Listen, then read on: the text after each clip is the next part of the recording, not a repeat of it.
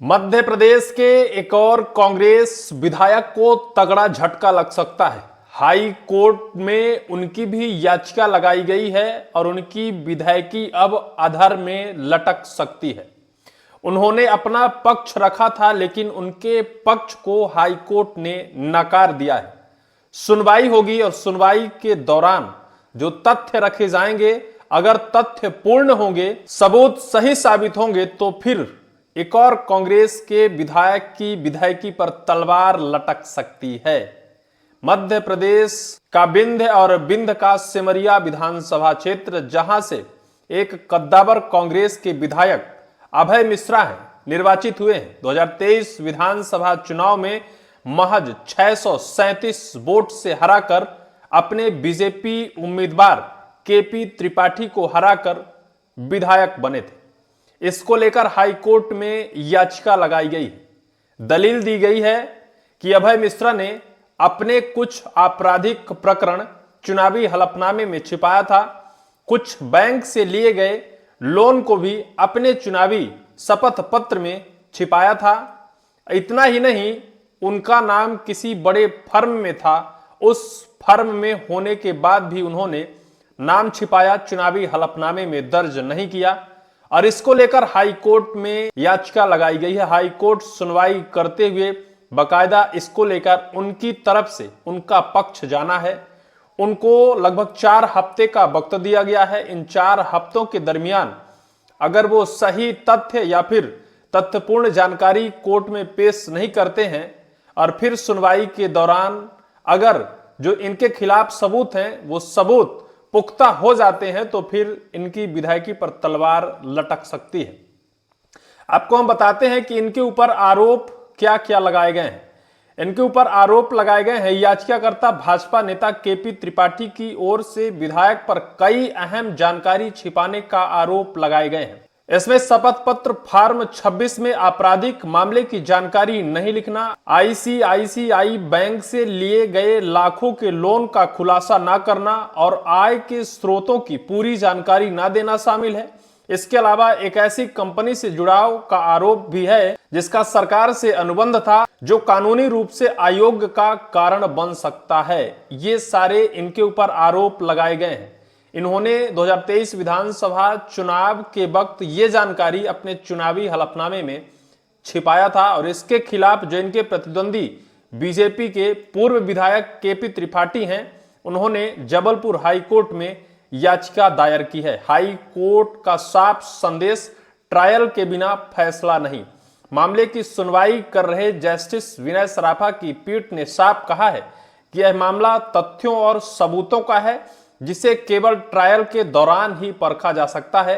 Court ने यह भी माना कि मतदाताओं को उम्मीदवार की आपराधिक और आर्थिक स्थिति जानने का पूरा अधिकार है, चाहे वह मामला में बरी ही क्यों ना हो गया हो। चाहे आपके ऊपर जो आरोप लगे थे उन आरोपों से आप बरी क्यों ना हो जाए, तब भी आप अपने मतदाताओं को यह जानकारी बताना आपको अनिवार्य है। चुनावी हलफनामे में इन जानकारियों को अपने मतदाताओं से नहीं छिपा सकते हैं और अगर आप अपने मतदाताओं से इन जानकारियों को छिपाते हैं, वो गैर कानूनी माना जाएगा। आपके खिलाफ कार्रवाई हो सकती है, आपकी विधायकी शून्य हो सकती है। इसके बाद कांग्रेस के विधायक जो अभय मिश्रा हैं, उन्होंने अपनी दलील भी पेश की थी। मामले में विधायक की ओर से यह दलील दी गई कि जिन आपराधिक मामलों का जिक्र किया जा रहा है उनमें से पहले ही बरी हो चुके हैं, इसलिए जानकारी देना जरूरी नहीं था। साथ ही लोन को फर्म की देनदारी बताया गया और यह भी कहा गया कि नामांकन से पहले उन्होंने कंपनी से इस्तीफा दे दिया था। इस आधार पर उन्होंने याचिका खारिज करने की मांग की थी, अपनी दलील पेश की थी। उन्होंने कहा था कि जिन आपराधिक प्रकरणों में उन्हें वाइज्जत बरी कर दिया गया है, उन प्रकरणों को चुनावी हलफनामे में देना इन्होंने जरूरी नहीं समझा था।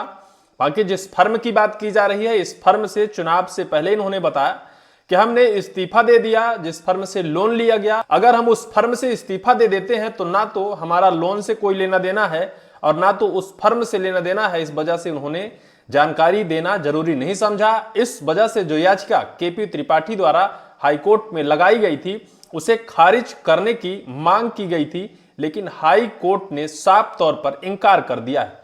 4 सप्ताह बाद शुरू होगी सुनवाई। हाईकोर्ट ने विधायक को 4 सप्ताह के भीतर अपना विस्तृत जवाब पेश करने के निर्देश दिए हैं। अब इस मामले की सुनवाई 18 अप्रैल 2026 को होगी। इसके बाद इस मामले में नियमित सुनवाई शुरू होगी, जिसमें गवाहों और सबूतों के आधार पर फैसला लिया जाएगा। यदि आरोप साबित होते हैं तो यह मामला उनकी विधायकी के लिए बड़ा खतरा बन सकता है। मामले ने अब राजनीतिक और कानूनी दोनों ही स्तर पर हलचल तेज कर दी है, क्योंकि सुनवाई और इस मामले को गंभीरता से हाईकोर्ट ने लिया है, सुनवाई करने का फैसला लिया है। वहीं कांग्रेस के विधायक अभय मिश्रा को 4 हफ्ते का वक्त दिया है। इन 4 हफ्तों में विधायक अपना विस्तृत जवाब पेश करें हाईकोर्ट में। वहीं 18 अप्रैल को इसकी पहले सुनवाई की जाएगी और फिर लगातार सबूतों और गवाहों के आधार पर सुनवाई की जाएगी। 637 वोट की जीत। अब विवादों में यह पूरा मामला 2023 विधानसभा चुनाव से जुड़ा है, जहां अभय मिश्रा ने भाजपा के कृष्णपति त्रिपाठी को महज 637 वोट से हराया था।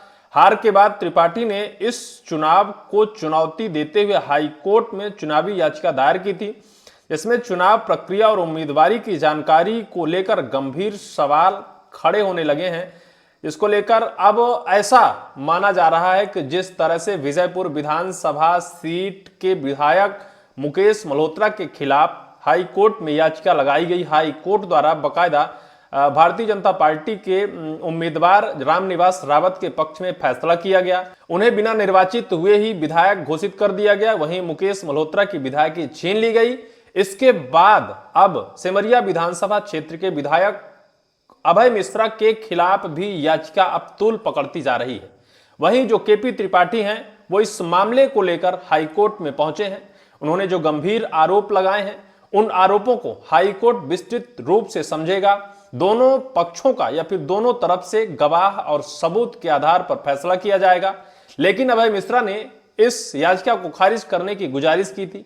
उन्होंने अपना पक्ष पहले रखा था कि अगर हमने छिपाई है तो इसकी वजह यह है कि भाई जिन आरोपों से हम बरी हो चुके हैं उनका विस्तृत जानकारी चुनावी हलफनामे में देना जरूरी उन्होंने नहीं समझा। इसलिए उन्होंने हाईकोर्ट से गुजारिश की थी कि इस याचिका को खारिज किया जाए, लेकिन हाईकोर्ट ने याचिका खारिज करने से साफ तौर पर इंकार कर दिया है और वहीं उनका स्पष्ट जवाब विस्तृत रूप से हाईकोर्ट में पेश करने की आदेश दिया गया है। देखना अत्यंत दिलचस्प होगा कि 18 अप्रैल को इसकी सुनवाई होगी। तब तक अभय मिश्रा अपने पक्ष की क्या जानकारी हाईकोर्ट में पेश करते हैं।